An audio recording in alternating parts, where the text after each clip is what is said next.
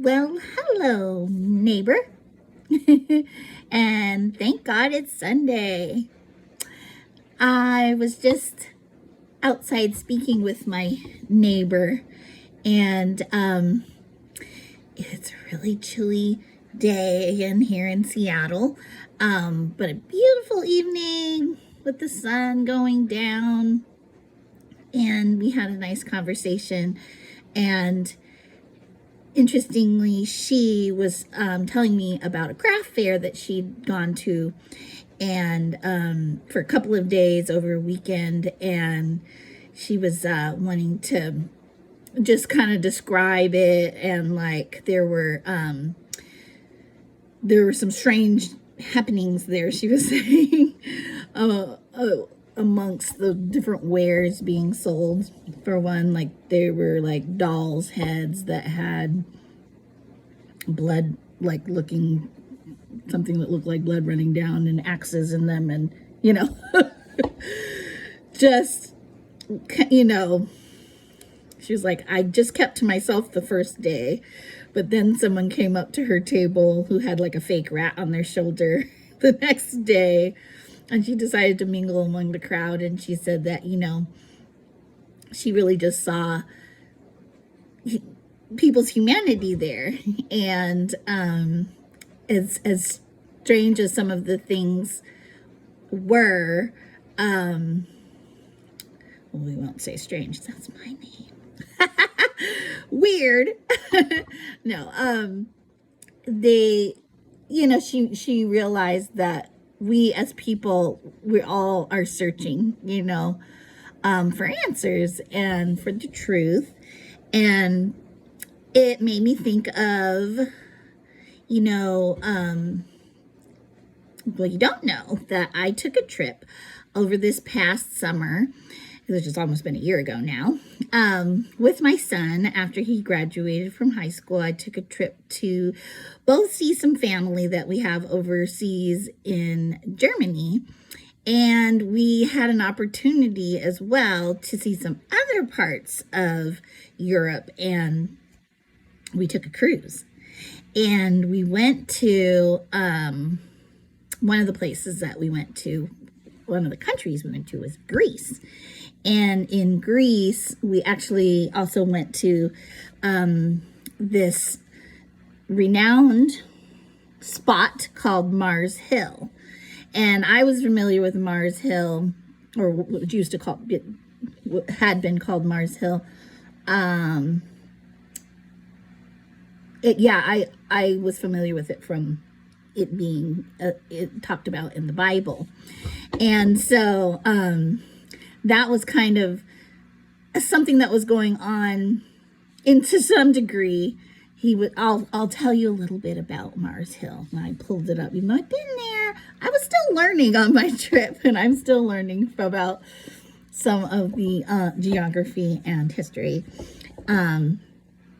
that I was a little bit stunted in my knowledge of. So, this is Mars Hill, a little bit of a blurb about it. Mars Hill is the Roman name for a hill in Athens, Greece, called the Hill of Ares, or the Areopagus. And this is from it's a site called Got Questions, and it answers questions from the Bible.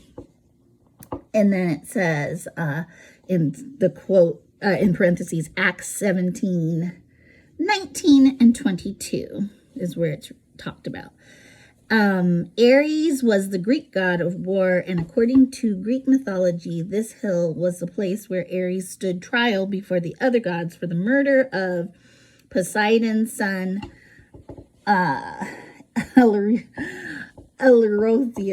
Sorry, I should practice that. Rising some 377 feet above the land below, and not far from the Acropolis and Agora marketplace, Mars Hill served as the meeting place for the Areopagus court, the highest court in Greece for civil, criminal, and religious matters. Even under Roman rule in the time of the New Testament, Mars Hill remained an important meeting place where philosophy, religion, and law were discussed. So that is good information to start with. So then there was a sermon that Paul preached on Mars Hill. And that was the next part that I wanted to get into. I got this from the same site. In Acts 17:22 through 31, we find Paul's masterful sermon before the Areopagus in Athens. The missionary apostle begins by presenting a totally unknown God. It's in quotes, unknown God. And that's what they had a sign saying this is like kind of like an altar to the unknown God. And so it says, let's see, the Apostle Paul begins by presenting a totally unknown God to his proud and intellectual pagan Greek audience. Next, Paul introduces the God of the Bible, who is creator of the universe, giver and sustainer of life, ruler of the nations, and the one true God who is close enough to reveal himself to those who seek him. Then, quoting directly from ancient Greek poetic literature, Paul says, "For in him," this is a quote, "we live and move and have our being, as some of your own poets have said." And that's Acts 17:28. So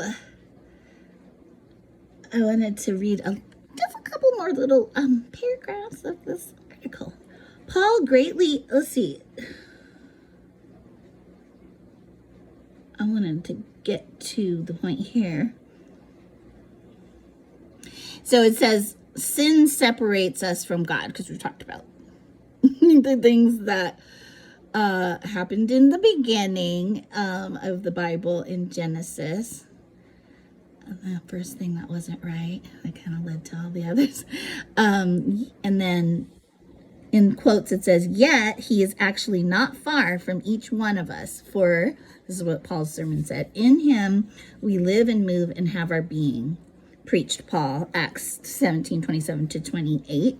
He cited the crowd's own poets to capture their attention and expose the contradiction in their thinking. He wanted the Athenians to know that God is not a lifeless idol fashioned by human hands of wood, gold, silver, or stone. He is a living God.